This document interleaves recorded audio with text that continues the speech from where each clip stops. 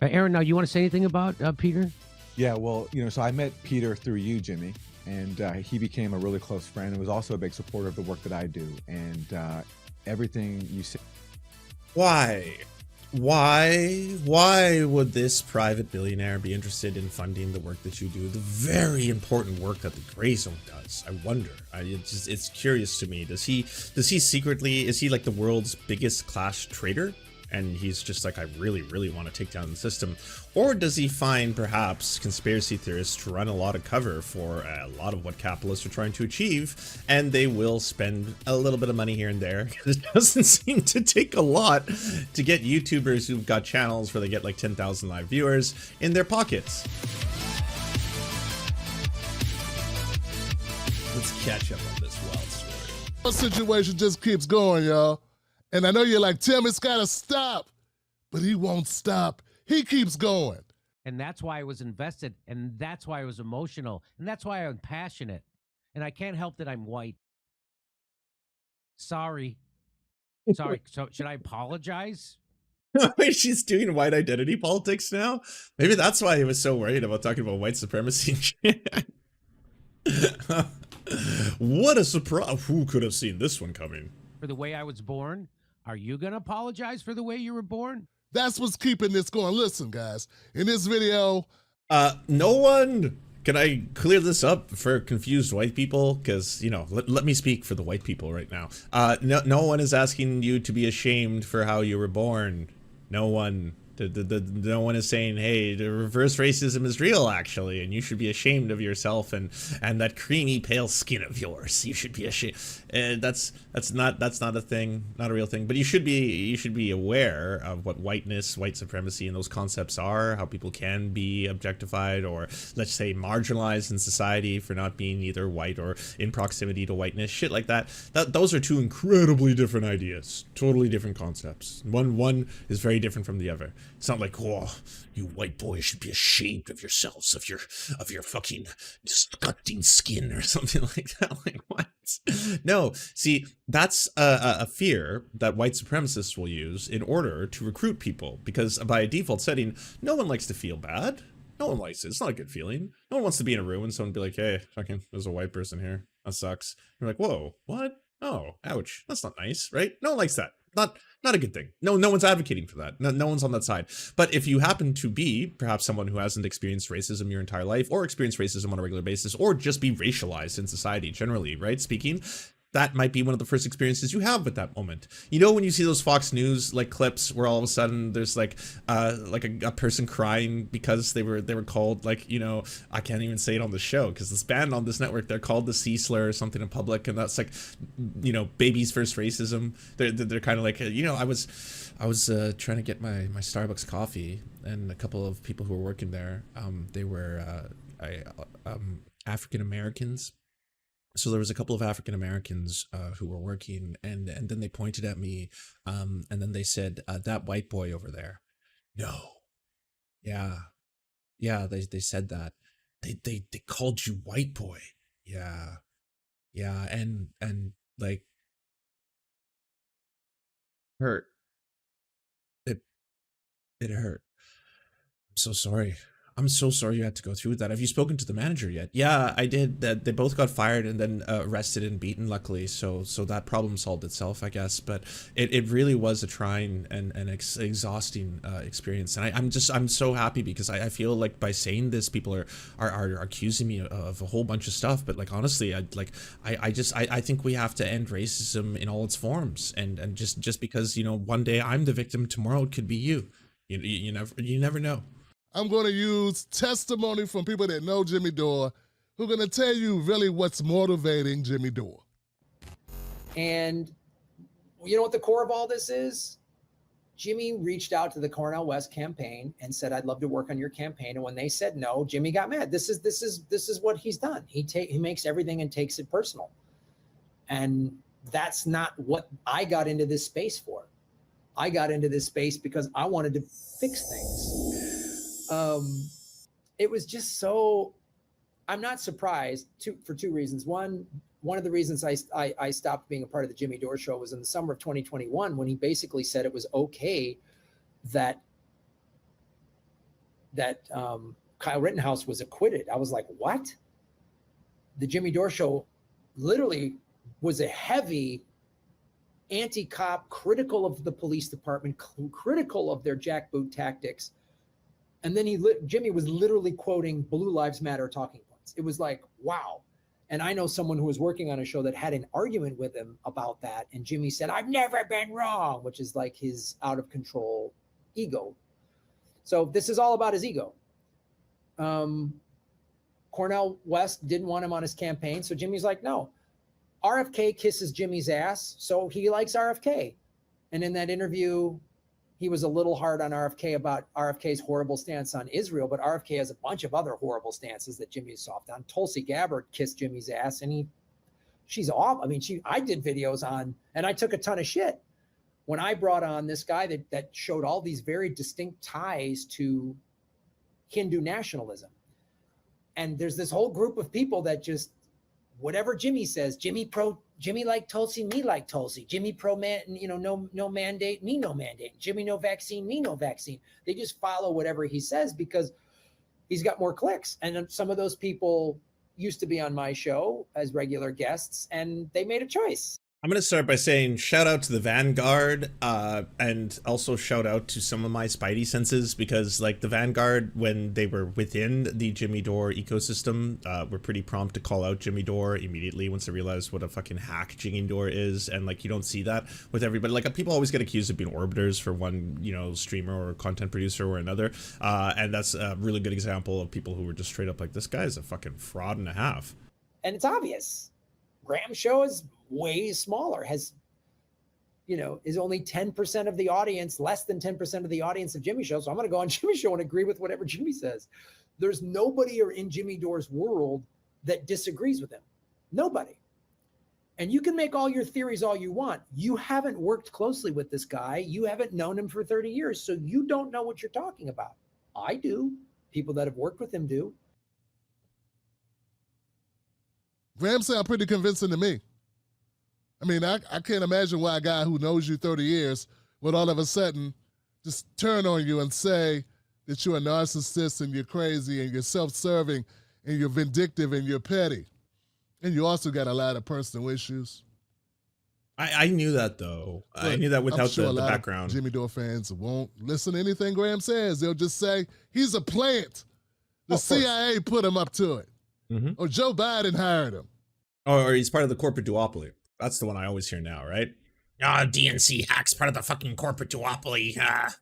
Something like that. Just so that you can make sure that you're hearing it clearly. One more time, a little bit more from Graham Elwood on YouTube. And I would never have people around me that just agree and kiss my ass. But this is what happens when you go through 12-step recovery, is you have to make a searching and fearless moral inventory of yourselves. And when you're drinking and doing drugs every day, you're not capable of that. So this is what this is about. Let's get that clear. When Bernie didn't want to come on Jimmy's show, Jimmy turned on Bernie. And there's much to be critical, but you got to understand it's all about that ego. If Cornell West would have said, yeah, Jimmy, you can work on my campaign, Jimmy would be banging the drum for Cornell West. And that's why he keeps talking about your advisors. That's Jimmy saying, Jimmy basically says, I really want to be invited to this party. Everyone in that party's awesome. I got to be in that party. And when he's not invited, he goes, everyone in that party sucks. I hate them. He does that time and time again. And honestly, that is so fucking weird. That's so weird. That's like, it seems like you still got fucking like liberal comedian fucking Showtime brain. It's like, I want to go all the parties. Why don't they invite me? Why won't AOC come on the show? You see this? You see this? She's a corporate shell for the DNC. They all are synthetic leftists. Don't go anywhere. Coming up, I have another clip I want to share with you from someone else, not me, who says, hey, they heard some things about Jimmy they want to share with the rest of the world. Okay, before we get to that, I want to show you the big bombshell that just got released, and this is an entire thread on this. Jimmy Dore admits to taking $5,000 from billionaire Peter Allard. And then, he kept sending me emails, and I just thought this guy was nuts. I thought he was nuts. And then one day, he made a $5,000 donation to our show. which was by far the biggest donation we'd have ever gotten. My God. And I was like, what the hell is going on? This crazy person is now making a donation. It's probably not going to go through. And I said, if that goes through, then we know it's for real. It's the real guy. It went through. And so I was like, so I called him and I said, I didn't know it was really you. And so then I just went and covered the Allard Prize, and I met him and, talked to him a lot since then. And, unfortunately COVID happened and I couldn't see him. We couldn't go up to, anyway. So that was the story. So, but when I met him, anyway, he was just a great guy. And he all he cared is if you had the courage to tell the truth. And if you did, he was your friend. Wow. See, like, I always thought it was us versus them. Isn't that the whole thing? Like, puts on the fedora, gets his fucking look on, gets that whole thing going. This one. You see this? The corporate duopoly here, synthetic leftists. Yeah, it's us versus them. The rich versus the poor. Look! He really had a strong contempt for corruption, and he was a trained lawyer and a very successful lawyer, and he saw firsthand how the legal system can be. Yeah. Well, that's just the first of many, by the way. This is receipt number 2. Here's Jimmy mentioning Peter Allard and how Allard influences purity testing with us or against attitude that is so prevalent in Jimmy's act. This is exactly the idea that we'd been talking about when we were up in Canada, with some progressives up there. When we went up for the Peter Allard.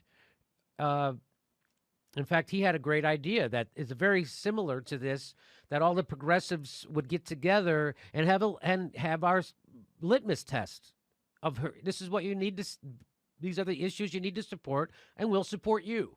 So this sounds very much the same way. It's like, we're done affiliating ourselves with a party. We're going to affiliate ourselves with a pro-worker agenda, and either you're for it or you're not, and we're going to endorse the person who's for it, whether it be in the Green Party. No, I didn't buy that hat for a skit, unfortunately. I do love someone who commits to a bit. I actually got this because I went to a wedding this summer, and that was like the theme. And I was like, this really does look like a plantation owner's hat. That's not the theme, by the way. I didn't go to a plantation owner's wedding. It was more like you have to wear like white hats if you're a dude and stuff like that was one of the requirements. And that's the only reason I have only literally worn it one time. And then I was just like, oh, that kind of looks like a Jimmy Dore hat. Whether it be in our own party, whether it be anywhere, we're going to vote and endorse the person who endorses us. No more the lesser of two evil. That's what they're saying now. Yeah. That they're finally saying what I was saying for what we were saying at this show for over a year. Billionaires will save us. The lesser of two evils is what got you this. This is exactly the idea. Okay, so it took some money. Jimmy Dore talking to Peter Allard. Oh, so they hang out. He reports with him. This is Peter Allard for the Peter Allard Prize, and we're heading over right now for the ceremony. And I'm excited about it. Questions and answers, yeah. Yeah, oh, that's what we're doing. We're going to Glenn Greenwald's giving a question and answer right now, right? Right. The ceremony's later. Yeah. Yeah, I'm done. So, by the way, I can say this without worrying about the consequences. I am not funded by any billionaires, unless those billionaires are donating in very small amounts on my Patreon, unbeknownst to me. But outside of that, I have not been contacted directly by a billionaire at any point, or a billionaire's organization, or a think tank, and they've offered me vast sums of money that I've then tried to play off as just kind of like, I just randomly got this dono the other day in my show. Sometimes people donate $10, sometimes $25 if they're having a really good week. But I mean, this week I just randomly got a $5,000 donation, and I was like, well, that's different. And so, like, when I saw that, I was like, that's kind of weird. I don't normally get that much money. And then I just looked into who exactly was donating, and then I did some research on the guy. And, like, I know I shit on billionaires a lot on this show, and that they're exploitational, and that they take, fucking the surplus value of labor from all their employees, and that's probably a bad thing. But in this case, there are actually exceptions to the rule. I'm very proud to say that. Like, I learned that after the fact, and that's a good thing. They're hashtag not all billionaires, y'all. Okay, hashtag not all billionaires. So I get a lot of things wrong. This is Peter. Cool stuff. It's cost me money disagreeing with Jimmy. If I just all I cared about was money, I'd agree with him. But I'm not going to do that. I am only going to talk about what I believe in. And if you don't believe me or you don't like me, whatever, I'm saying what I believe in. No one's in my ear. Okay. And I know Jimmy was getting money from Peter Allard, who is a billionaire that was paying some indie, he's supposedly a progressive. He was paying Jimmy, what I was told was $5,000 a month And then I heard this Peter Allard guy during the whole vaccine thing in 2021 told at several shows that he was paying, hey, I need you to push this anti-vaccine stuff. And several of the shows said, I don't want your money more. We're done. And Jimmy kept taking his money. That's my understanding. So there's a lot of stuff that's suspect here. It's cost me money disagreeing with Jimmy. If I just all I cared about was money, So multiple, apparently, accusations of taking multiple donations from Peter Allard. Jimmy Dore introduces Peter Allard to Aaron Matei, stenographer to genocidal dictators at the Gray Zone. It sounded like the Allard funded Aaron. Aaron, now you want to say anything about Peter? Yeah, well, so I met Peter through you, Jimmy, and he became a really close friend and was also a big supporter of the work that I do. And everything you say. Why would this private billionaire be interested in funding the work that you do, the very important work that the Gray Zone does? I wonder. It's curious to me. Does he secretly, is he like the world's biggest class traitor? And he's just like, I really, really want to take down the system. Or does he find perhaps conspiracy theorists to run a lot of cover for a lot of what capitalists are trying to achieve, and they will spend a little bit of money here and there? It doesn't seem to take a lot to get YouTubers who've got channels where they get like 10,000 live viewers in their pockets. Like, goddamn, fucking $5,000. That like, I don't know how much he's being paid on a regular basis, by the way. I don't know if they get reoccurring. Like, I'm assuming it's obviously a fucking city amount. I'm not saying it's just as petty as fucking $5,000. That's all that was. But $5,000 seemed to be the initial difference maker, where all of a sudden it was like, I was curious where the money came from. But now, this is a good guy. He cares. He believes so strongly in fighting corruption and standing up for human rights, and he was fearless. He really wanted to take on the money where his mouth was, and he gave away prizes, and he helped people who were independent journalists all over the country, all over the world. I mean, so they put together. Aaron, now you want to say anything about Peter? Yeah, well, so I met Peter through the Western world, who he Sorry, I didn't know it was looping. I brought it back. Saw as being, at the source of so much of the suffering of people around the world, and so tried to support people who were engaged in efforts in fighting corruption and atrocities around the world. And so he was a great friend and a great person, and he's sorely missed. And he didn't care what political stripe you were from. If you stood up for freedom of speech and freedom of journalism, and he was your champion, right? He was totally nonpartisan, and he didn't care about what party people were from. He just wanted to see, righteous causes advanced. So here's a video they put together for him, so I want to show it to everybody. And don't get me wrong, Peter Allard, if you're unaware of what he does, he is one of the billionaire philanthropists, kind of like a Bill Gates, and that he does a handful of things that certain people look towards on a regular basis, being like, oh, well, I mean, there are good ones, right? There are billionaires who are willing to spend millions of dollars in some cases to support initiatives. Now, I'm not talking specifically about Jimmy Dore and the Gray Zone. That's just kind of like, I'm pretty sure, I don't know a better word than running cover, term, in that case. But there are cases where I believe Peter Allard donated something like, $30 or $40 million to, various law school initiatives for civil rights or things like that you could point towards in the same way that you could for Bill Gates, right? Like, yeah, Bill Gates may have done a lot of fucked up shit, but there are instances where you could certainly point towards the Bill Gates Foundation spending, millions upon millions of dollars for mass vaccination programs in different countries and stuff like that. It's one of those. It really goes into to show how the faux persona of a Jimmy Dore, and I've said this before, his show, why does it exist? So that right-wingers, Republicans can watch a YouTube channel and be like, hey, look at that, we're right, we're correct. Look, even a leftist thinks so. Even a leftist is pointing these same problems out. And obviously, once you start dipping into the anti-vax world, that seems to overlap with a whole bunch of the shit. He fell right into the fucking let's go full transphobia. Jimmy Dore didn't take long on that one. Jimmy Dore touting billionaire Peter Allard and Operation Car Wash in Brazil that took down Lula. International integrity. So this is a guy named Peter Allard in Canada, Vancouver, and there's a law school named after him at the University of British Columbia. Also true. So the reason I know about this is because he's a fan of the show, and so he likes the Jimmy Dore show, so he reached out to us to come cover this. They're giving away an award annually, correct? And So they find people who fight corruption all over the world. It is really a heady experience to be there. It was. And Glenn Greenwald was the keynote speaker. And now I want to show you the nominees. So the first finalists for this prize are a group of lawyers from Brazil who are uncovering unbelievable amounts of corruption and winning. So let's watch. This is who they are. Oops. Oops. So they're called the Car Wash Task Force. And the reason why is because their investigation started with a money laundering operation that started in a car did wash. it? But then they okay. just expanded to almost the whole government. So there you go. So there you go. Interesting. Cool. How'd that work out? Obviously, it's like now that it's all coming to light and there's a fucking non-stop list of receipts, it does put into question the entire fucking Jimmy Dore narrative that it's consistently us versus them. You know, he's a truth teller. He's independently funded, doesn't get any outside funding from billionaires, all that kind of stuff, because at the end of the day, he has to smash the corporate duopoly. Don't forget about that.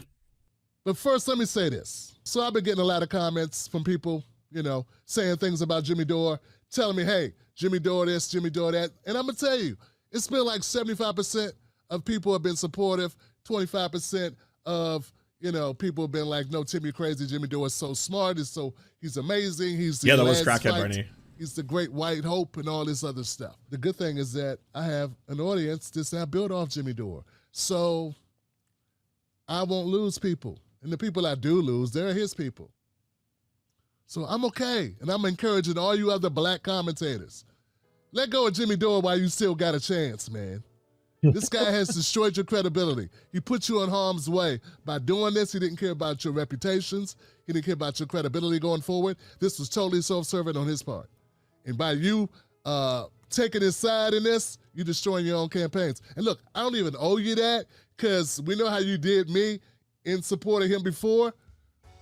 But as your brother, as your older brother, as an older guy who's been doing this for 12 years now, who's helped a lot of people, even if they backstab me, let me tell you,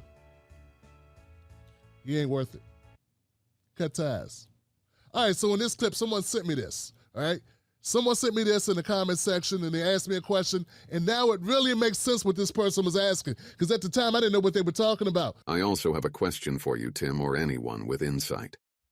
I heard not long ago that Jimmy approached Dr. West's campaign offering to be Dr. West's publicity manager, or something like that, and Dr. West, wisely, said no. Is there any truth to this story?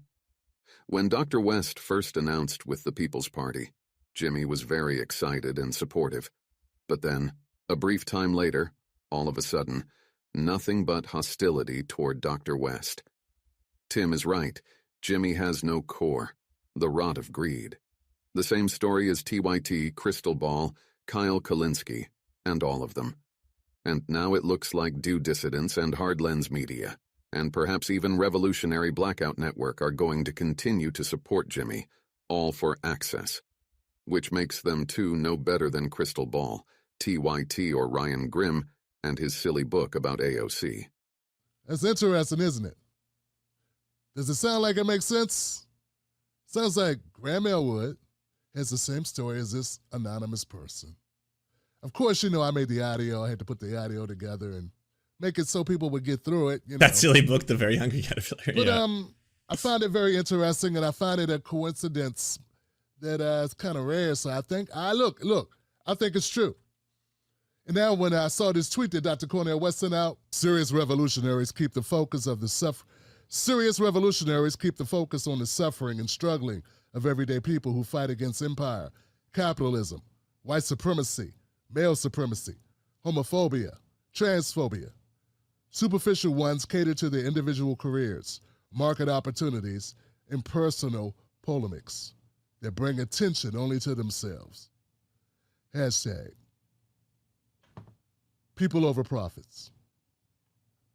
I guess some people are probably wondering, Tim Black, when are you going to let this go? I let it go when he lets it go. Because, see, I believe in this campaign, and I believe it's for the better of the world. I believe that our political process can be helped by this, that we could change politics in America. We could have an impact. And that's what I've been doing politics for, to have a positive impact on the world, man. This ain't for me, it's for my kids, it's for my grandbabies, it's for you, it's for us. That's why I'm with Dr. West. I've made mistakes in the past. In fact, guys, it sounds like, listening to Graham Elwood, maybe Jimmy's not a racist. Maybe he's just a narcissistic, petty, vengeful, hateful individual. I think he's a racist. I think he's a racist and a transphobe. With also some substance abuse and some other problems. So maybe he's not a racist. But he's damn sure a bigot. And he's damn sure self-centered and power-hungry and a control freak. And his ego is way out of control. And his interests are not those of the people. Their interests are his own personal interest. Very self-serving guy. If you want to follow Tim Black, here's a link to his channel for that first part. So that's a lot of the new revelations and Jimmy Dore conspiracies as of right now. He's got a rebuttal. Here's why Cornell West is upset, because he's a DNC shill, of course. So I don't know if you caught what I said. I don't know who's advising you. It sounds like an infiltrator. And then he just snapped. What do you think about? He's like, he doesn't have any advisors. Why wouldn't you have advisors? Of course he did. And he was already in talks with the guy he just hired, this guy, Peter Daou, who is an infiltrator. That's amazing. No wonder Cornell West overreacted, because he hired this guy. He said, I am very blessed to have my brother, Peter Daou. Now, I'm going to tell you who Peter Daou is. Peter Daou is an infiltrator. Peter Daou was one of the hitmen for Hillary Clinton. He smeared everybody 24/7, including myself, including Bernie Sanders, anybody who voted for Bernie Sanders, third-party voters, Jill Stein. This guy was a hitman, one of the biggest smear merchants for Hillary Clinton's corporatism and warmongering.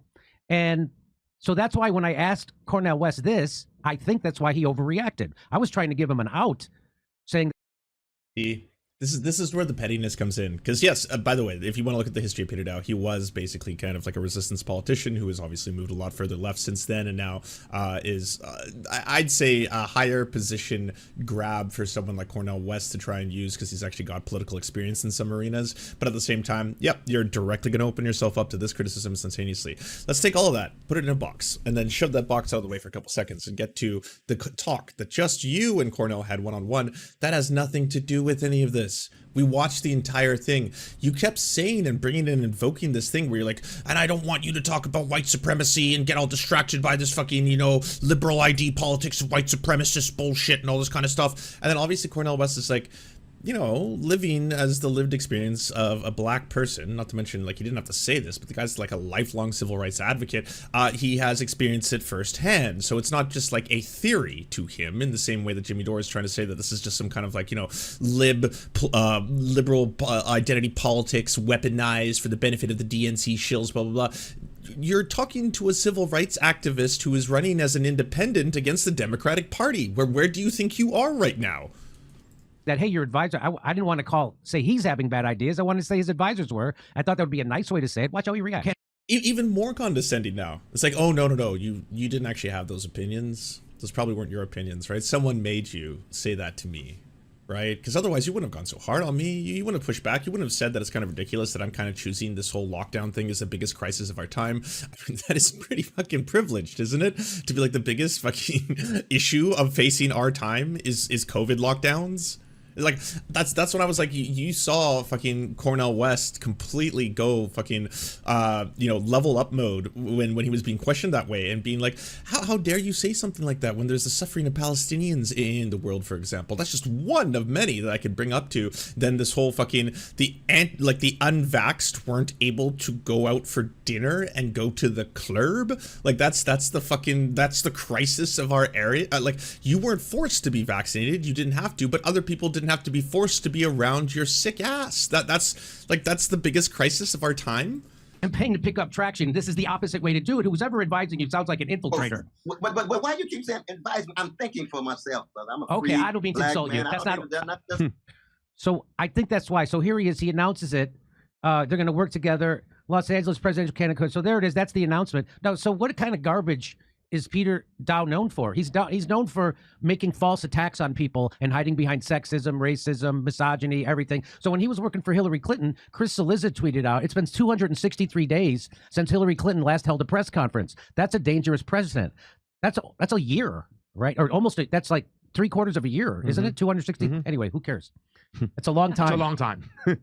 And so he retweets this. Yeah, like Lost is mentioning, if Lost, for example, someone who's visibly indigenous, started talking about issues that relate to indigenous people, such as missing and murdered indigenous women, that's not someone doing liberal identity politics for the benefit of the Democrats or the liberals in Canada or whatever it is. If you have someone who's talking about issues that can directly either pertain to them, or broadly speaking, you could just talk about issues that you think are kind of fucked up in society, that doesn't by default setting mean, well, that's identitarianism. Yeah, you're just hiding behind all these terms. These bad words make me feel bad. Oh, I'm a transphobe. Oh, I'm a TERF. Oh, I'm a racist. Oh, I'm a bigot.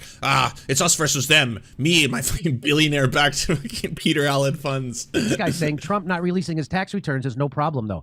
Okay, those things don't have anything to do with each other. So that's just them trying to deflect. He retweets it, and then he's... But anyways, as you can imagine, this entire thing is about how Peter Daou and Peter Daou's history of being a fucking DNC shill has corrupted Cornell West's brain and turned Cornell West into a fucking DNC hack, which, by the way, for what I would consider to be, in complete honesty, a very fair and balanced pushback of like, by the way, how can you in one breath, Jimmy Dore, keep saying that white supremacy and even discussing it is a distraction? It's a distraction from the issues. While at the same time, the biggest issue and crises facing us today was the COVID lockdowns. That is the most privileged fucking bullshit in the world. And then to get into this weird defensive and like, am I supposed to be ashamed for how I was born, for being white? Am I supposed to apologize for? No, this is white supremacist talking points. What are you talking about? No one is asking white folk to suddenly hate themselves for the color of their skin. No one is asking white people to be ashamed of who they are or who their families are. They're saying, do you understand the concept of whiteness, the concept of othering, the concept of racialization, the concept of how people are treated different? Do you need to see the stats? Do you need to see the criminal justice system stats on how people are treated differently if they're white or black in America? Do you need to see the stats in Canada, how you're treated differently? If you're indigenous or white in Canada, they are dramatic when you look at the numbers. What explains that? Is it that inherently racialized people just are more prone to committing crime? Or is there something else going on here? Could this speak to a lot of issues, including issues that you as a leftist pretend to care about? Issues of class warfare, of poverty. Does poverty suddenly lead to increases in things like crime, drug use, things like that? If there is a correlation there, doesn't that speak more? There's nothing that pisses me off more than the idea of people trying to stand behind, like, you know, Sam Harris did this with race and IQ and the bell curve, and being like, you know, I had thought that the entire thing was obviously some kind of racist quackery. I'd been told that by my colleagues, but then when I looked deeper into this, I found that this was simply data and raw data that was being reported upon. I don't understand why we can't talk about this raw data. Well, motherfucker, listen to a much more credible and better and based ass scientist like Stephen Jay Gould, who will be like, what does the race and IQ thing truly demonstrate? What are we looking at here? What is this representational of? What are these numbers representing? Because when I look at these numbers, I see poverty. I see incredibly inadequate schooling systems in areas that are predominantly black in America. So that's what this data shows me. Not that black people are inherently lower IQ. That's the fucking racist part. That's like, and when people see this and they see these numbers and they're like, oh, okay, so white people have higher IQs, black people have lower IQs, you get all these white supremacists who try to use this as a justification for things like mass incarceration. And that's fucked. And that needs to be talked about. And talking about that is not liberal identity politics. In fact, I would posit that most liberals don't want to go that deep. It's like they'd be like, yeah, I don't know, we're getting a bit off course here. Let's just get back to white guilt. Have you read it? Okay, good. Have you experienced your white guilt? Have you absolved yourself? Good. Okay, we're good. We have absolved. We are clean. It says this. I want to give a shout out to Dan from the internet for reminding me of one of the greatest fucking Michael Brooks and Sam Cedar sketches of all time. This is the late and great Michael Brooks doing and I would say immortalizing fucking Jimmy Dore and Gray Zone and fucking faux weird clown shoes left. With me, as always, is Todd Snowflake and the Mopey Progressive. How is everybody? Usual. Terrible as usual, says the Mopey Progressive. And, of course, we got Todd Snowflake on the line. Got a lot to get to today, but, of course, for the special power hour, I got to first warn you, you're about to enter caution. You're about to enter a no fucking sellout zone. And joining me via Skype, he's a journalist. He's a guy who's done more to expose the corruption at the DNC than practically anybody. He's an independent. He's a guy who's also recently, we're going to talk about in a minute, he's getting smeared a lot by so-called progressives. I call them faux fucking aggressives because they're not, and they promote war. A.A. Seaman is with us from Skype. A.A., thank you for being here. There's just so much to love about this. It's so darling, especially fucking rest in peace, Michael Brooks, you absolute genius. This whole thing from start to finish. I love the lights. I love the lighting. The fucking Caleb Maupin. Why is the lighting always something down? Are you telling ghost stories? Are you about to tell ghost stories? Thank you, Donnie. I just, as you know, I'm a journalist and an editor and an author. And a radio personality, a producer and an auteur, showrunner, a certified public accountant, day laborer too. And a homemaker. I also do some search engine optimization and as well as solution coordinator and a content strategist and a user experience magistrate. So AA, you do so many things, but Yeah. one of the things we know you for is exposing the corruption of the DNC, and so you go on all sorts of platforms. And I'm also a creative director. Yes. and also a creative. Wow. So that's amazing. So you go on a lot of different outlets to talk about the corruption of the DNC because, as we know, Bernie Sanders. Watching Sam, I'm watching both of them just break throughout this entire thing. Like, I could see, by the way, how, like, if a right-winger was watching this, they would be like, this is so cringe. It's like two people who think themselves so funny. Whereas, like, no, this is two comedians who obviously are losing it over one another's characters right now. Sanders was going to win the election. He didn't blow the fire alarm, so they stole it, and now Donald Trump is president. But yesterday, or last week, I should say, you were on a show. I don't listen to this show. Apparently, it's called The Eternal Jew, which I guess is kind of a weird name for a show. I don't know. I don't listen to it. But you were there to talk about corruption in the DNC and how to end wars. And now the left, now they're smearing you. Yeah, they are. Okay. On the negative side, they're against Jews, but they are also against war and appreciate all the corruption that's happened at the DNC. And so they have a plan to end war. It just happens to be involving the Jews not creating so many wars, but we're all on the same side, and we have to be able to make those type of alliances, or we're not going to end war. Right, and then they say we should work with Rachel Maddow, even though she's calling for war every single night, and then you go on, and then you say, oh, well, the Pittsburgh shooter was used to be a patron or whatever the fuck of the show you were on, but then people will say that. I say it's the narcissism of small difference, like Chris Hedges. We could come together, whether you're saying police shouldn't shoot you if you're Mexican at the border, which we don't like, but maybe also you believe in the protocols of the elders of Zion, but we can come together because we don't want fucking corruption and war, and now they're smearing you for it. Well, I just finished making a video where I commented on the video made by Jason over at the Inclusionary Revolutionary, and the video that he made commenting on the anonymous unanimous dissent video, which of course was a comment on left or our own devices that Ken had done over there, commenting on the fascist fuckers video that was a critique of what Anna Kasparian said. And so people can see Anna that. Kasparian. Yes, at my channel, AA Seaman at YouTube. AA Seaman, it's just so important we look at his videos if you want to understand what happened at the DNC. He's been top of it from the beginning, and also what will happen next. The media has let go of this story. I am still chasing down some leads about the DNC's involvement with Vince Foster, but we can talk about that in a moment. With Vince Foster? Whoa. Yes. I didn't even know about that. I will have an exclusive on this probably soon. Whoa.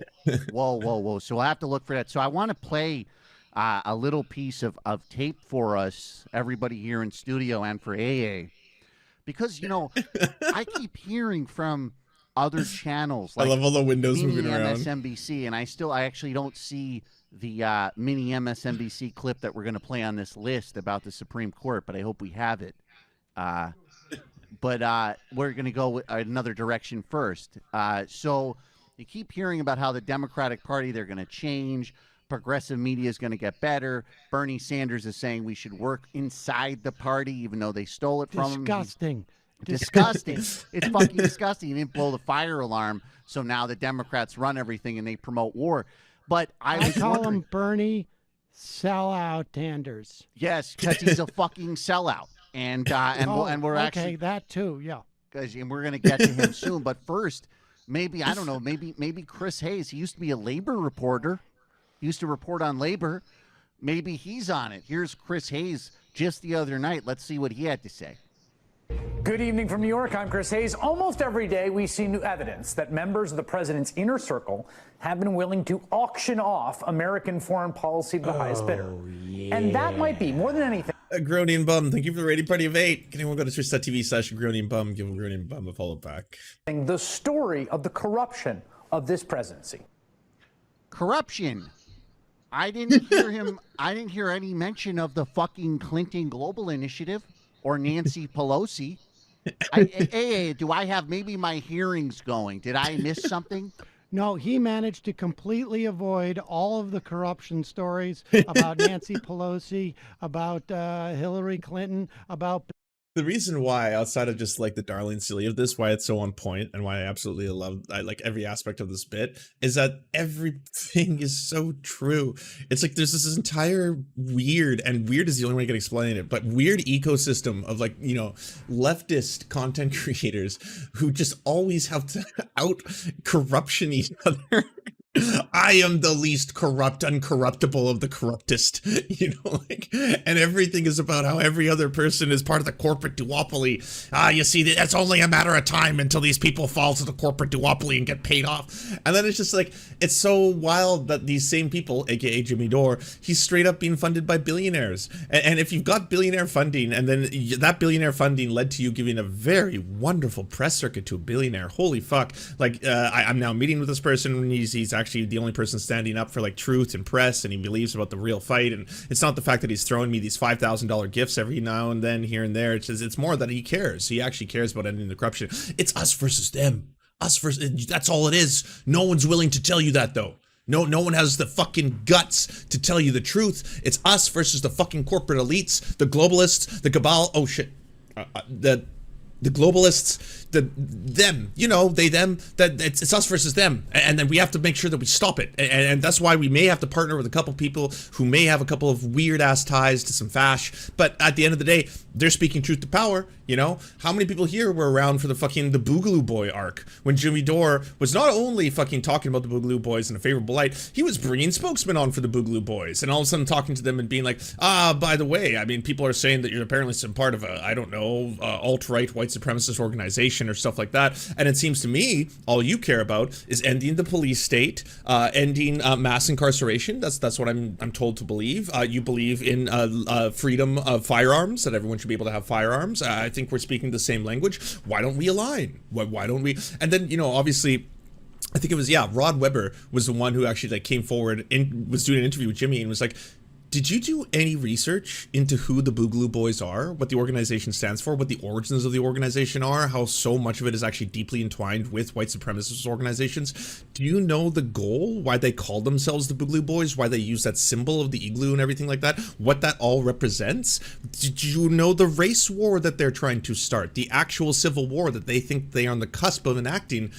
do you know? And he was like, "Oh no, I don't know about that. I had the the kid on, and he was talking about a lot of things that I agree with. The two of us are against the police state. We talked about that, and then he wants freedom for guns. There's that aspect as well. And it's like, to me, that was like the most mind blowing Jimmy Dore moment, where it's like, not only do you not know what you're talking about, to a really dangerous degree, you did zero fucking research on this. Zero. To the point that you don't even know what the Boogaloo Boys are about. Bill Clinton, about Hillary Clinton and Nancy Pelosi, and the DNC. And also Chuck Schumer and Debbie Wasserman Schultz. Yep. Not a single word. I wonder why he's completely avoiding that in that clip. Didn't say anything about it whatsoever. It's almost as if you can see his corporate taskmasters handing him a big wad of cash. And you can feel the fear. And, last week, Tim Canova was telling us that the DNC and Debbie Wasserman Schultz gave him the first from computer to human transmitted virus. But I bet you won't hear about that from Chris Hayes. And he used to be a fucking labor reporter. This is legit how Dore's fans respond to Lance's tweets. Oh, every time, Agronian Bum. Every time I get a fucking response, it'll be like, oh, fucking the cucked liberal serfs once again supporting the corporate duopoly, blah, blah, blah. I talk shit about the DNC nonstop. I'm not even a fucking American. I can't vote for the Democrats or the Republicans. I don't have that right, and I talk shit. Today I was posting about how there's this BBC article that just came out being like, the absolute and utter devastation of Libya right now is a sign that they were unable to rebuild after, the terrible rule of Gaddafi. And I was like, and what else? What else happened that led to Libya being in utter shambles? Why don't they have any infrastructure? Was there anything that happened perhaps to their mass irrigation systems? Like NATO allies bombing the ever-loving fuck out of that country? Did that lead to some bad times? Maybe?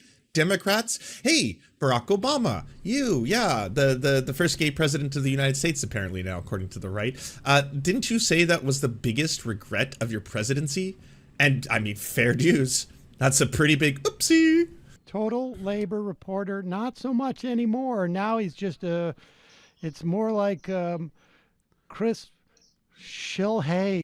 Anna Kasparian said on one of your shows, if you're not American, you're not allowed to talk about the USA. Really? What's funny? And I'll say this to Americans. I only get that from America. Other countries are always so stoked when I do segments on them. I'm like, all right, everybody, today we're talking about Ireland. And all of a sudden, all the Irish are like, hell yeah, Irish politics, so nice, it's getting local now.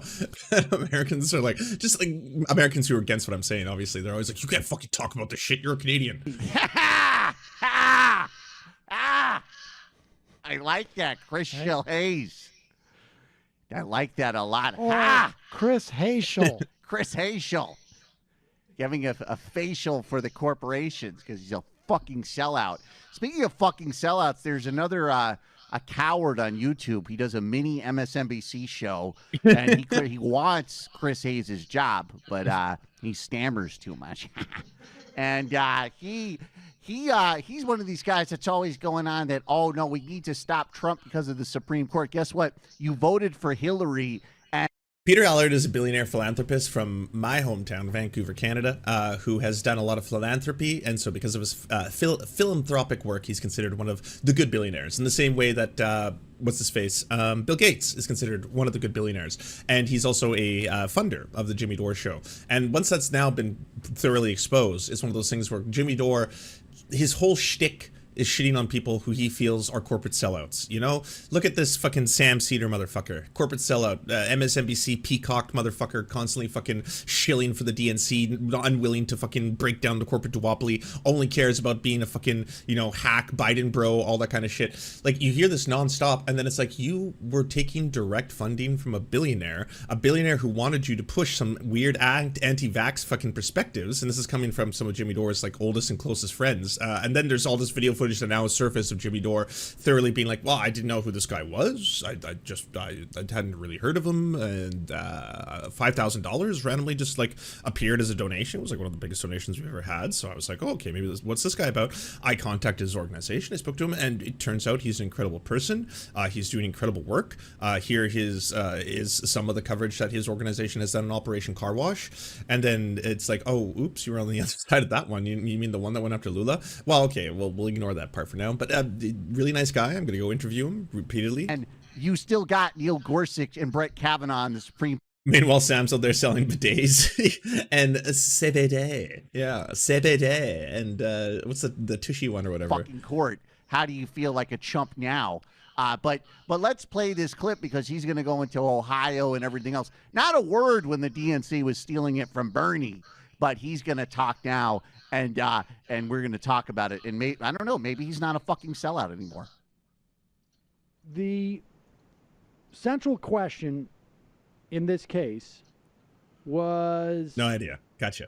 Whether the National Voter Registration Act prevented this type of notify, wait, and purge process. Pause it. I'm a fucking sellout. I'm a fucking sellout. Okay, keep playing it. According to the NVRA, registrants who have not responded to a notice and who have not voted in 2 consecutive general elections for federal office shall be removed from the official list of eligible voters, except that no registrant may be removed solely by reason of a failure to vote. Okay? Now, Alito, when he wrote the opinion deciding this case, says that Ohio does not rely solely on a failure to vote to remove them from the rolls.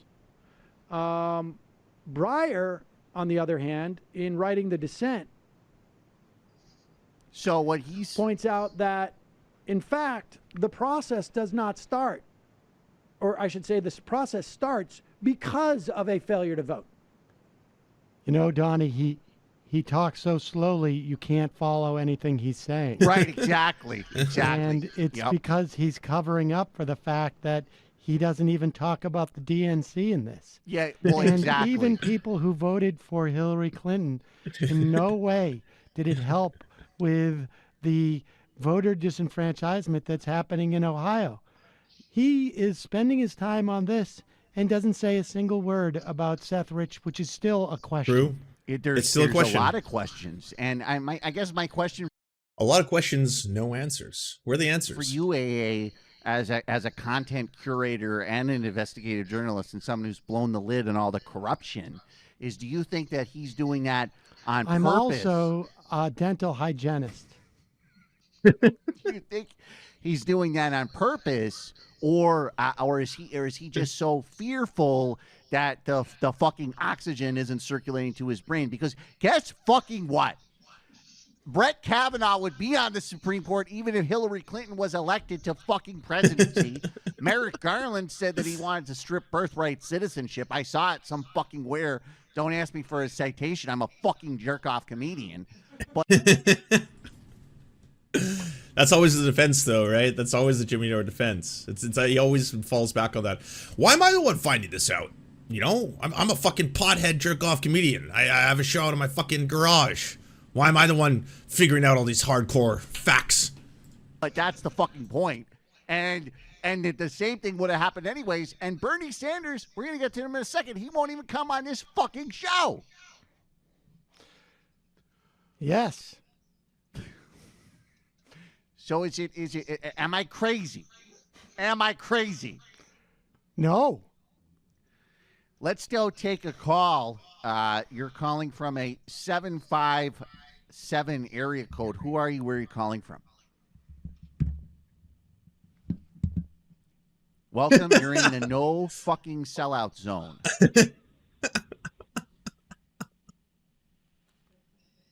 757. 757, are you there?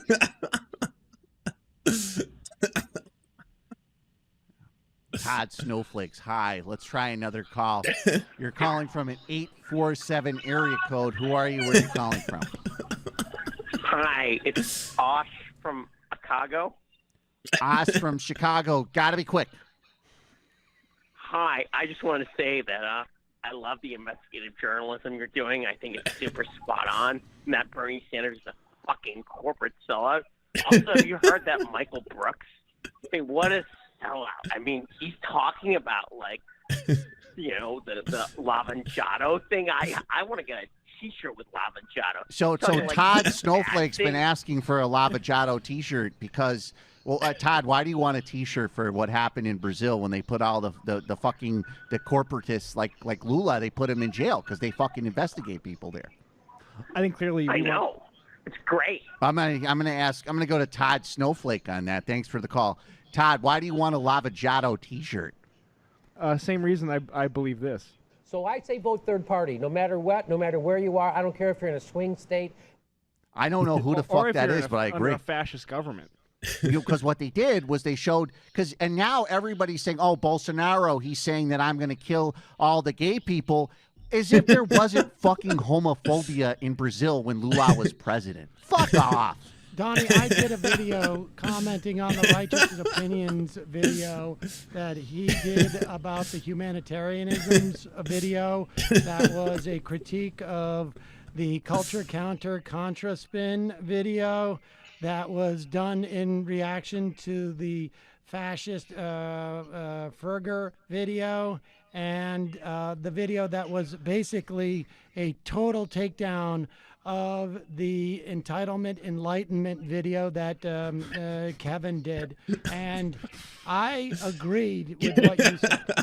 Yeah, no, and I think a lot of people were glad you did that video because there was a lot of propaganda going around the internet because people say they're doing independent news, but really what they're doing is repeating DNC talking points, and the DNC is corrupt. So. And I love that video got out there and got a full 543 views and 12 likes to show you how they actually negatively impacted the corporate duopoly. If that video hadn't been released, things would have been way worse. Oh, and a lot of what you're going to hear now about is Kamala Harris because they want to put a pretty face back on corruption. They want soul cycle corruption, not ugly fat corruption. So they like Kamala Harris, even though she's a corporatist. And Kamala Harris came out and she supported Bernie Sanders. She's saying that she supports health care for all, which I don't even know if Bernie even supports it anymore because he's still in the Democratic caucus.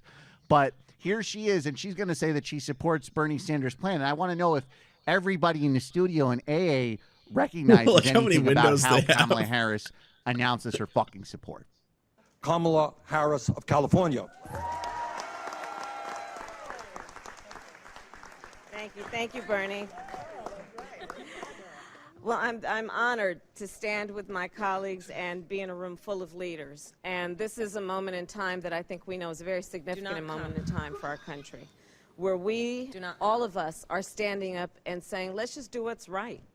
You've heard so many folks talk about it because we know it. Listen, no baby is born in America born as a Democrat or a Republican. This should not be thought of as a partisan issue. It's not even a bipartisan issue. This is a nonpartisan issue. Cancer, diabetes, high blood pressure affects folks around our country regardless of whether they're in a red state or a blue state, regardless You were of their born a income, socialist? regardless Wow, of their that's cool. status. And we should not differentiate in the way that we do public health policy. We should understand everyone, all, should receive the health care they need regardless of where they live, their income, or their zip code. And that's what this bill is about, and I am proud to co-sponsor it. It is about saying that this is about a right, not about a privilege for a few.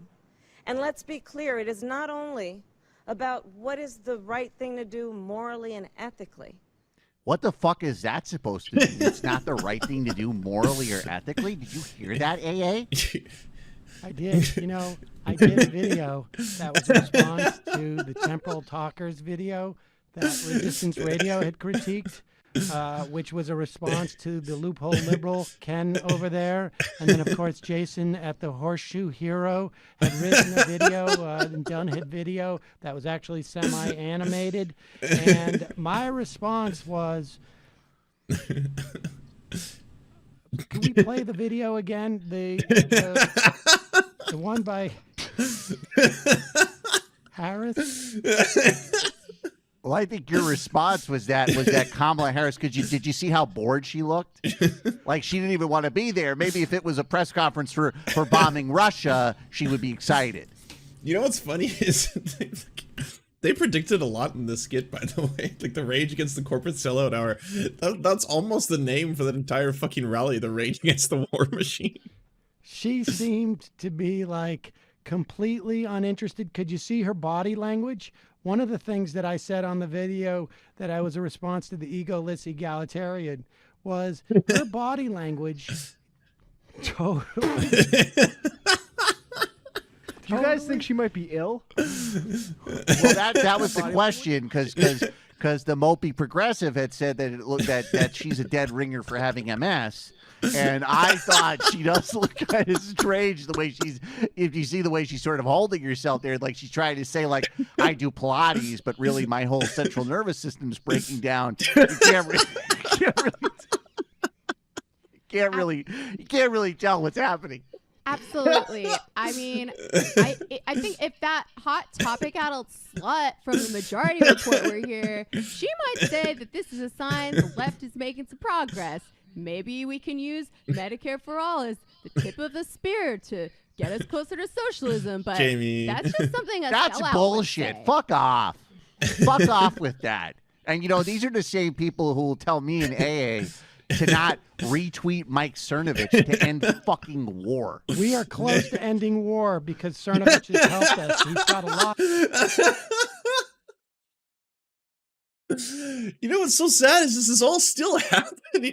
This bit is just as relevant today, start to finish. Like every other day, it's like, whoa, Glenn Greenwald just retweeted that fucking rape apologist Mike Cernovich. Wait, why? And then it's like, well, he's calling out war, which will end war and is good. Yeah, he says he wants to end all funding to Ukraine because at the end of the day, it is a war primarily engaged directly between America and Russia, and actually Ukraine doesn't exist, and actually Ukraine is just like a vassal state, and Ukraine is actually just an American property, and because of that, that's what's actually happening. So I'm quote tweeting that. Ignore everything else about the person because the message resounds strongly with my own beliefs. That's because, again, I'm fighting corruption. A lot of actually great ideas, particularly about funnel sales. Exactly. And then people said, oh, maybe, I don't know, do I agree with his promoting I guess there was some type of pill that you give to gorillas at the zoo, and he was saying you give it to girls. And I was saying, I don't agree with that. But the next one that said that Assad is a hero of Syria, I do fucking agree with. We can't work across lines? Fuck off. I think that FDR and Lenin teamed up. Exactly. You're the historian. I'm just a jack-off comedian. I didn't know that. Todd, did you know that Lenin and FDR teamed up? I'd like to get a Lenin and FDR t-shirt. It's unbelievable. It's fucking amazing. I don't know. FDR was a bit of a sellout. Yeah, FDR. Yeah. Oh yeah, political puppy. This is a great test of how far I've come and healed, because I feel fantastic right now. If anything, this whole thing has been very healing. It's. I mean, you know what? It's nice to see that this all changed. We're not still living in this exact fucking scenario. Well, we had another. Speaking of sellouts, now. You know what's wild too is that right now, so any single person who even remotely acknowledges anything good that has come from a Democrat in any way, shape, or form, especially not even at the federal level, but at the state level, if you're suddenly oh well, these programs that have been implemented, say in Minnesota, have had dramatic, incredible things and benefits. Say the taxing the rich by 1% has resulted in a feeding all of the children program. There are now available school lunches for every single child, regardless of their family income, regardless of their social situation. That is going to dramatically impact and help child starvation. This is an amazing thing. We should probably do more of this. This is an effective program that shows directly if you do in fact tax the rich more, you can use it to pay for social safety programs that can benefit the very poor, and that will disproportionately also affect marginalized communities, people of color, all of that. This is awesome. And then if you say that right away, it's like, so apparently Kalinske, fucking corporate DNC shell out Bernie bro, fucking gone to Biden bro here, hardcore fucking Biden-crat, fucking think he's like Joe Brandon hero, fucking touting all this shit. This guy wasn't even in charge of that program. Biden didn't do shit all, Biden wasn't a part of it, but he's saying this is apparently a good thing. It's like, yeah, he's pointing out that, guess what, as a leftist, we don't have the power, like the ultimate supreme power. There is like every person who's been getting furious at AOC for years, like, why won't she do the socialism yet? She says she's socialist, won't push the socialism button. It's like, you can also look at what is effective to try and get your goals. What are your aims? Are your aims going to be attained simply by saying like, well, it's not until we have a hardcore like leftist, say like Jill Stein in power, that anything's actually going to happen. And until that truly comes to pass, the corporate duopoly will never be destroyed. Anyone who doesn't agree with that is a corporate shill and just wants to uphold the corporate duopoly. And it's like, in my lifetime, I have seen a bigger rise of progressives infiltrating the democratic system than I had in generations prior. Like, you want to point towards Bernie Sanders now being a complete and utter fucking sellout. The Bernie Sanders run, both of them, especially the second one, did more to further concepts like fucking even social democracy. That, like, I don't think people realize how as little as like 10 years ago,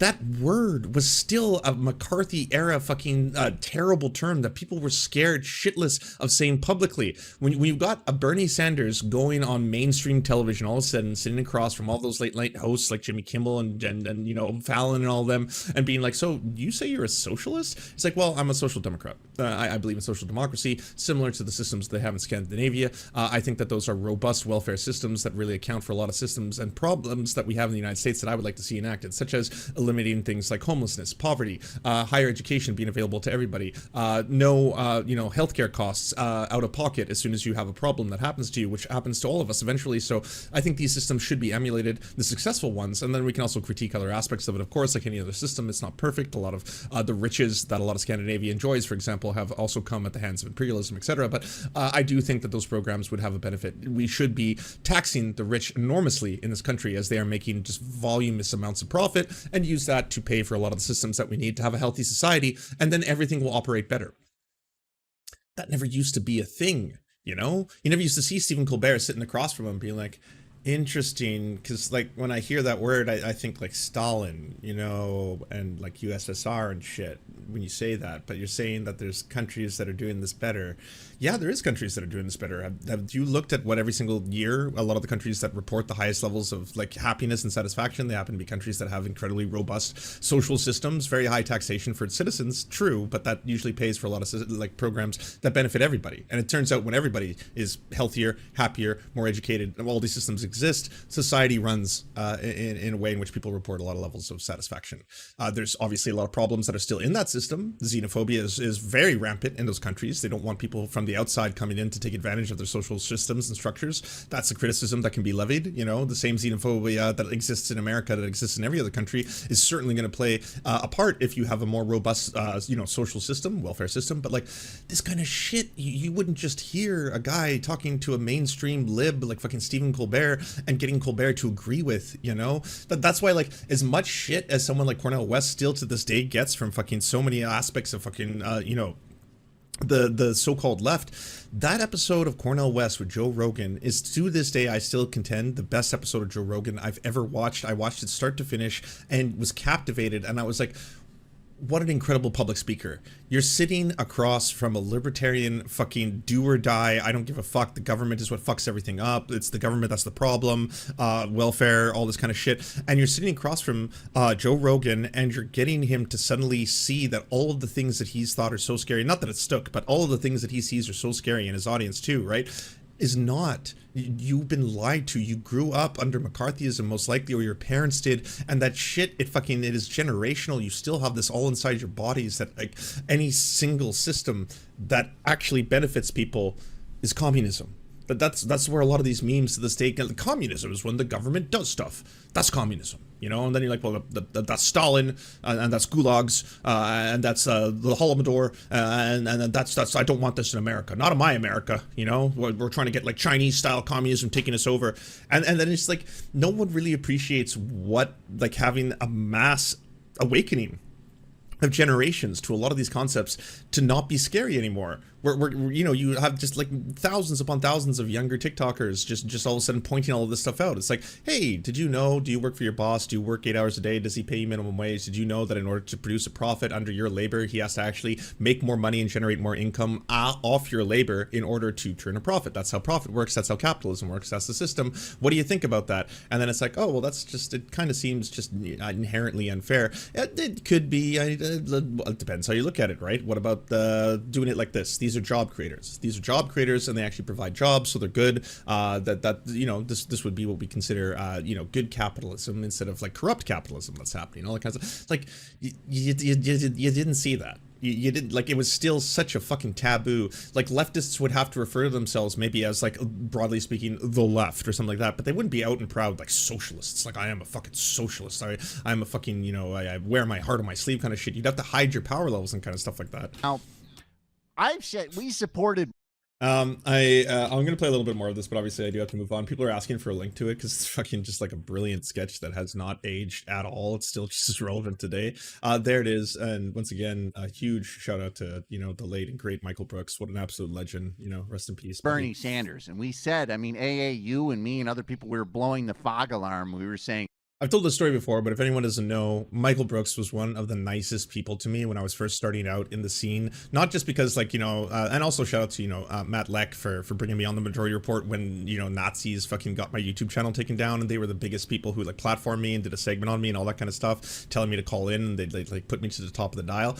And then, you know, Michael Brooks ended up doing a bad Canadian impersonation of me and all that kind of stuff. He's like, oh, just the nicest guy talking about getting, you know, just like copyright strike by some Nazis then and there. He's like, oh, you know, a couple of Nazis came over there, and but he actually ended up reaching out to me. We ended up like starting to, like, you know, start a friendship. We spoke like offline numerous times. I was actually the one who was like working on producing getting the Michael Brooks show onto Twitch when you know, the Majority Report was first moving on there. I reached out to him and I was like, hey, if you want, I can help you set you up on Twitch, all that kind of stuff. He was so generous with his time and had none of it. None of it. Every single time I spoke to the guy, he had like 16 things going on. One of the busiest motherfuckers ever. It'd be like, hey, Lance, it's good to talk to you. I got to do like an interview about my new book coming out. That's like in like 25 minutes. I can only speak really quickly, but what do you got to say about like this whole moving the Michael Brooks show to like Twitch, you know, that kind of stuff. Like, always generous with his time, even though I was a nobody, which like, I can't say that about a lot of fucking big names for sure. The DNC and Debbie Wasserman Schultz and Hillary Clinton and Barack Obama and Tom Perez and Chuck Schumer and Nancy Pelosi and Chris Hayes and Rachel Maddow and Chris Matthews and Chris Hayes again. They were all, and Joe Biden and Tim Kaine, that they were going to steal the election from Bernie Sanders and then declare a war with Iran and Russia simultaneously, and then get Merrick Garland on the fucking Supreme Court, who doesn't support Roe v. Wade, which you reported too. And we reported all of that, but Bernie Sanders, he said nothing. And I'm starting to get scared that maybe they have something on him. Well, Bernie Sanders has never been on my show.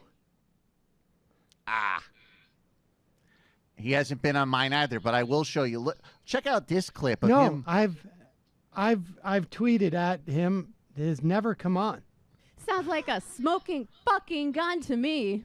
Well, let's look at this. This is Bernie Sanders, who won't respond to AA's tweets, or the mopey progressive. I was on his side. Now I don't like him. Or how they will be, or if. You know, Anderson, there's almost nothing that one can say. The idea of tearing little children from the arms of their parents, putting them into detention cages, and then making a big deal about an executive order which may do absolutely nothing for these 2,300 children is literally beyond belief. Trump, once again, has lied. He told the American people that this was a policy created by Congress, could only be addressed by Congress. He was lying. Of course, it was a crisis that he created and attempted to address today, but he didn't go anywhere near far enough. So where we are right now is close to 2,400 kids are still separated from their parents. There is no understanding, as your reporters have indicated, when these children will be reunited. So he'll go. He'll go on CNN and whitewash Barack Obama's record, but he won't respond to your fucking tweet.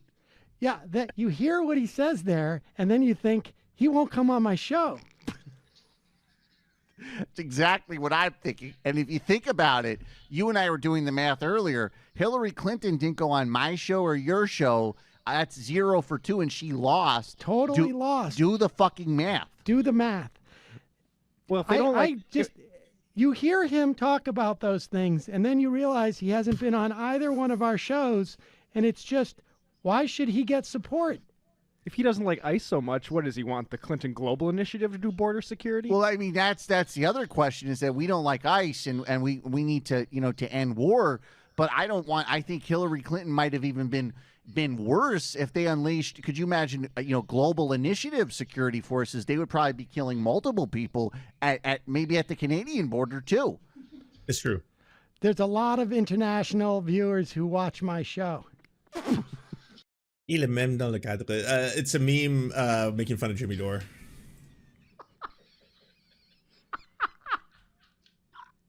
There's a lot of people. C'est une impression de Jimmy Dore. But let's go back to the phones. You're calling from a 978 area code. Who are you? Where are you calling from? You're at the no fucking sellout zone. Hey, I'm calling from Baghdad, Iraq. My name is Sami. Sammy, this is a very interesting time for you to call. Yes, and I'm not prepared for this. I didn't know it's going to be like this, but guess I'm calling to talk about Jimmy Dore. I swear. Who's that? Some brilliant guy, a leftist. Is he a fucking sellout? No, I know there's other YouTube channel that I used to watch around the election called The Majority Report. They are the real sellouts. Well, they're mini MSNBC, and what happens is that Sam Cedar and Michael Brooks and Matt Leck and Jamie Pack and Brendan Finn, what they like to smear progressives. Cedar. No, because they kept on telling us to vote for the lesser evil, and that's it's a stupid idea because the lesser evil is still evil. Right, and it's I think the caller's playing along. Guess what? They did Absolutely that. They said, vote for the Supreme Court. Donald Trump's president. How does it feel to be a fucking chump? And here's the thing. They said vote for Hillary, but they neglected the fact that Trump would destroy the Republican Party. And that's what we want as the final, as the whatever we want to get from this. But exactly. Seriously speaking, so yeah, and it's happening. It's happening. See, like we have a week from a week until the election, and it's happening. Well, what it reminds me of. Vote for the Greens. What it reminds me of is if you can vote without fear, but because there's this race, there's a guy named Steve King in Iowa. And we don't like Steve King. Yeah. He's not. I mean, actually, AA, I know, has done several podcasts with him and asked for his autograph. He's come on my show. Yeah. So maybe we don't all see eye to eye on everything. But Steve King, he says some pretty bad stuff about immigrants and whatnot. And so there's a Democrat running against him. And I have not heard that Democrat say that Hillary Clinton should be tried in The Hague. So I've said I'm not going to support her because, to me, I'm not going to support the candidate because they want me to. Who's Sam supposed to be? Basically, like, I don't know, Caleb Maupin, Gray Zone, Aaron Matei, every one of these, like, super conspiratorial so-called leftists who come on that always have the weird-ass lighting and the cameras at these weird angles and only talk about their own videos and content constantly as if it's, like, revolutionary action. Like, well, that's why I did a video calling them the real corporate sellout shells, and that really destroyed the duopoly for a day. Thanks to my 573 viewed video, I changed the world. To vote against white nationalism, but I want to vote for something. Yeah, but that's H.A. Goodman. People are voting that's yet another one of those. Fear of white supremacy or of some type of fascism, and you can't vote out of fear. You can't exactly. Vote out of fear. Can't vote out of fear. Support the Green candidate. Write in a Green candidate because don't be afraid. And Baghdad, I know the scary AA is talking. I'm sorry to interrupt. But in Baghdad, you know what's the most popular thing nowadays in the hipster cafes? They're talking about the Green New Deal, and it's the number one trending subject in Baghdad. And you guys in the U.S., you still need to catch up. Well, would you I have a question for you. If you were voting in Iowa, would you want Steve King or a fucking corporate sellout Democrat or Jill Stein? Jill Stein all the way. Exactly. I have a question. If you could go back in time, Nader 2000, right? Definitely. I was actually hearing that there's Nader 2000 stickers all over Baghdad, and because what people had wanted was they wanted an invasion of Iraq, and then they could have sectarian warfare to really put an ugly face on the system there, and then there would be a fucking revolution. We could bring the Green Party to Iraq that way. You can, but seriously, the other day we could bring the Green Party to Iraq. What's his name? Chris Hedges. And I couldn't help but to notice how happy you were when you were reading quotes from his book. The look on your face was precious. Please go back and check the clip. Well, Chris Hedges, you know, he had this clip where he said Fred Hampton said, "I want to work with." H.A. Goodman became a full-on Trumpista a few years ago, just completely embracing the anti-Hillary career. Funny how that keeps happening. Weird how right now we've got Jimmy Dore, who's basically trying to invoke that quote where it's like, you know, first they came for the socialists and I did nothing. Then they came for the trade unionists and still I did nothing, for I was not a trade unionist. Then they came for the Jews and I did nothing, for I was not a Jew. He's using that fucking to invoke Trump now, being like, you know, the persecution of Trump, it could happen to us all, any one of us, any given day. So like, you know that quote, right? First they came for the Jews and I did nothing. He jumps the first two and goes right to the Jews there. But it's like, the persecution of Trump you're comparing to the Jews under World War II. Jimmy, holy fuck. The neo-Nazi party so that we could build infrastructure projects in the South, and that's why the FBI killed him. And so Chris Hedges was reading that for us. Being an Arab, I cannot wait to work with the far right who consider me a subhuman or an animal, or my Jewish And there's friends plenty of in things the that we don't majority agree on. I don't think you're a subhuman. I don't know what AA thinks, but there's all sorts of opinions. But the point is we could come together to end fucking war. Exactly. I don't care if they look at me as a subhuman or an animal. If the point is to end wars, let's do it. But what about the Supreme Court? Am I right? Right. Don't vote out of fear. Yeah. For being subhuman. In a sense, that's like the ultimate racism, is the idea of I'm going to vote because I'm so afraid of having my voting rights and health care stripped away and being killed by security forces. So I'm so afraid I'm not a full human. That's how Hillary Clinton was the real white supremacist. The problem the caller has is that he thinks there is a chance that somehow he'll be invaded. And that could happen, or maybe Pluto would crash into Saturn, and then we all burn in the sun. That could also happen. I was planning to play 5 minutes of this. I think I've been watching it for over an hour now. You're taking away all my other segments by being too funny, y'all. Do you enjoy the Serfs, but prefer not to have to use your eyeballs? Many are saying this. Well, we've got the solution for you. It's the Serf Times in podcast form. Available on most major podcasting networks now. If you enjoy it, please consider leaving a good review and feedback because it really helps the show out, apparently, and it's free, just like the podcast. Thank you so much for watching, everybody. This show is produced by amazing people like you, and if you want to help us out, please consider donating over at patreon.com/theserfs. The show is made possible thanks to Amazing Fletch, Anna Loves Riley, Ariane McCarthy, Cheryl Alvarez, Doug Cady, Everything Important, Hagbard Celine, Laminia Panza, Matthew Scarborough, Multimondi, Omni, Peanut Butter Blondie, Political Pappy, Quiet 185, Rachel K, Riley and Anna, Roller Dragon, Ruby K, Sir Nickus, Spinach Monster, Stellar Vision, Sebastian Demo, Tech Tink, Trevbot EXE, Words Greenwood, and not to mention all of the amazing and fabulous people you now see before you.